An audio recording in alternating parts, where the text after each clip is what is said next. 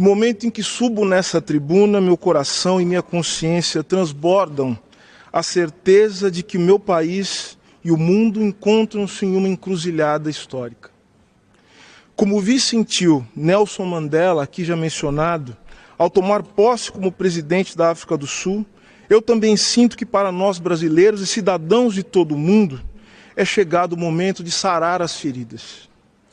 O momento de transpor os abismos que nos dividem, o momento de construir.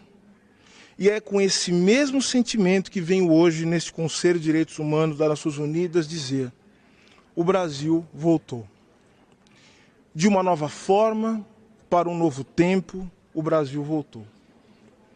Isso porque temos plena consciência que muitos dos nossos problemas são problemas da humanidade, que nós somos porque o mundo é e que nossos destinos estão entrelaçados. Sejamos, portanto, parceiros na promoção e na proteção dos direitos humanos para todos e todas. E, sobretudo, para aqueles que, como diz o líder indígena, Ailton Krenak, foram expulsos do chamado Clube da Humanidade. Neste ano em que comemoramos os 75 anos da Declaração Universal dos Direitos Humanos e 30 anos da Conferência Mundial de Viena, devemos olhar para trás e refletir sobre tudo o que conquistamos até aqui. Mas devemos também ter a coragem de olhar para frente e ver o quanto nos falta ainda para garantir a dignidade, a paz e a prosperidade para os nossos povos. Devemos, como um dia fez Aimé Césaire, despir todos os pseudo-humanismos de suas vestes pomposas e olhar claramente o que neles resta das concepções parciais, tendenciosas e mesmo racistas de direitos humanos. A seletividade no tratamento e a instrumentalização das pautas dos direitos humanos minam não apenas a credibilidade, mas, sobretudo, a efetividade das instituições internacionais. Como em muitas ocasiões na história, prezados e prezadas, os condenados da terra nos advertem: o rei está nu. Ouçamos a essas advertências e não tenhamos medo de construir o novo. Não tenhamos medo de denunciar os clubes da humanidade e construir com o nosso engenho e suor a verdadeira humanidade comum, que seja fruto da solidariedade, na diversidade e jamais da opressão e do silenciamento. No Brasil, sob a liderança do presidente Lula, estamos empenhados em fazer a nossa parte, reconstruindo os laços sociais entre os brasileiros e traçando uma política de direitos humanos com ampla participação popular. As dificuldades são muitas. O que encontramos foi um quadro escandaloso de desmonte, negligência e crueldade. E aqui preciso mencionar de forma particular a crise nos territórios indígenas e Yanomami. Não temos medido esforços para restaurar a dignidade dessas populações e garantir-lhes o efetivo domínio sobre suas terras. Os povos indígenas no Brasil, pela primeira vez, têm um ministério próprio, capitaneado por uma liderança indígena. Nenhuma decisão sobre seus direitos será tomada sem a sua efetiva participação. No mesmo sentido, foram recriados o Ministério da Igualdade Racial e o Ministério da Mulher. No Ministério dos Direitos Humanos e da Cidadania, o qual tem a enorme honra e responsabilidade de chefiar, elaboraremos em conjunto com a sociedade civil um Plano Nacional de Proteção aos defensores e defensoras dos direitos humanos, comunicadores e ambientalistas. E instituiremos um marco legal para o programa de proteção. Impulsionaremos nesse sentido a ratificação do Acordo de Escazú. Lutaremos para que o brutal assassinato de uma promissora política brasileira, mulher negra e corajosa, defensora dos direitos humanos, Marielle Franco, não fique impune e grave na memória e no espírito da sociedade brasileira a dignidade da luta por justiça.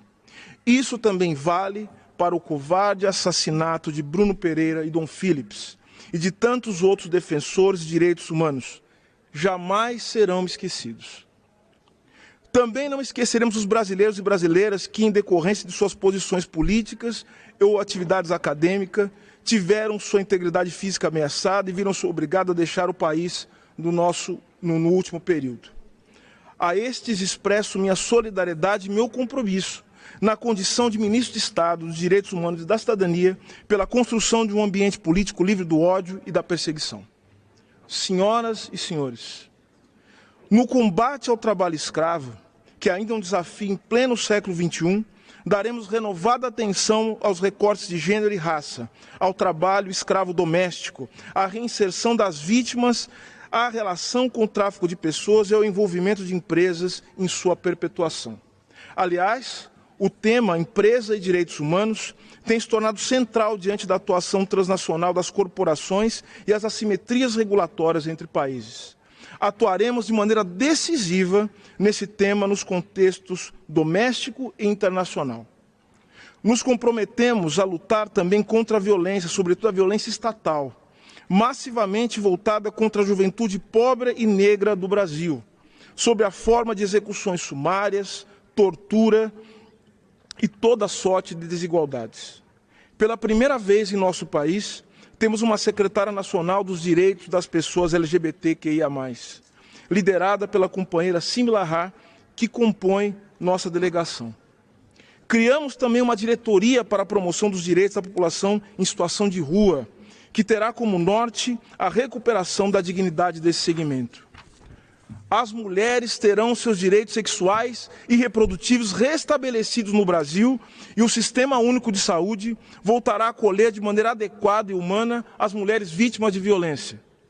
Aliás, no campo do direito à saúde, tema que o Brasil lidera neste Conselho, voltaremos a ter como base a ciência e daremos novo fôlego à luta antimanicomial, ao enfrentamento ao HIV e à AIDS e à defesa do acesso equânime a medicamentos e vacinas, particularmente no contexto de pandemias como a que nós vivemos hoje. Nessa mesma interface, estamos agora dando prioridade a uma política de acolhimento de crianças e adolescentes órfãos da Covid-19. Tensionamos ratificar o mais breve possível a Convenção Interamericana sobre a Proteção dos Direitos Humanos dos Idosos e retomar a plena implementação da Convenção sobre os Direitos das Pessoas com Deficiência. No campo da memória, verdade e justiça, tão vilipendiado nos últimos anos no Brasil, revisamos a composição da Comissão de Anistia e restabeleceremos a Comissão Especial sobre Mortos Desaparecidos. A memória nacional relacionada à herança maldita da escravidão finalmente ganhará a tão necessária atenção que merece. Como disse anteriormente, no entanto, temos a plena consciência de que, mesmo trabalhando com todas as nossas capacidades, precisamos do mundo. Proponho a este Conselho 4 alianças necessárias que aqui queremos construir. A primeira delas é a Aliança pela Sobrevivência, um chamado de Davi Copenaua Yanomami, do coração da floresta amazônica, nos adverte que estamos diante da queda do céu. Saibamos ouvir esse chamado e redobrar nossos esforços por modos de vida que nos permitam viver em paz com o nosso planeta, senhoras e senhores. A segunda é a Aliança pela Vida Decente.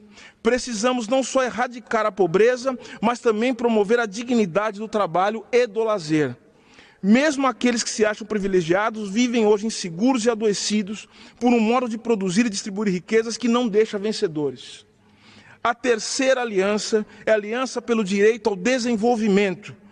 Os povos americanos, como dizia a intelectual brasileira Lélia Gonzalez, e de todo o sul global, precisam reinventar o direito ao desenvolvimento para que esse penetre definitivamente na gramática das lutas populares da periferia do capitalismo. A quarta e última aliança é a Aliança contra o Ódio. Nossos países assistem perplexos à rápida propagação de discursos de ódio baseados no racismo, na xenofobia, no sexismo, na LGBTfobia. A extrema-direita e o fascismo crescem e articulam-se por meio de redes que não conhecem fronteiras. É nossa missão fazer com que o amor, a solidariedade e a paz também não conheçam fronteiras. Acreditamos na força da cooperação e do diálogo para fazer valer as promessas da Carta das Nações Unidas. Nesse sentido, reiteramos nosso profundo compromisso com o mecanismo de revisão periódica universal, que trata de maneira equânime a situação de direitos humanos em todo o mundo, assim como com os procedimentos especiais, com os órgãos de tratado. Aproveito a ocasião para anunciar que o novo governo brasileiro reavaliou as 306 recomendações do último ciclo da Revisão Periódica Universal, a fim de que a nova Política Nacional de Direitos Humanos esteja refletida em nossas posturas no plano internacional. Estamos, nesse momento, em cooperação com o Paraguai, iniciando a implantação de mecanismos de monitoramento destas e de outras recomendações.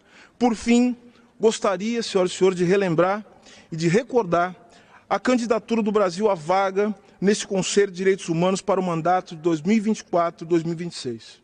Para tanto, peço o apoio dos países aqui presentes para que possamos contribuir de maneira renovada com a promoção dos direitos humanos em todos os lugares e para todos os povos. Muito obrigado.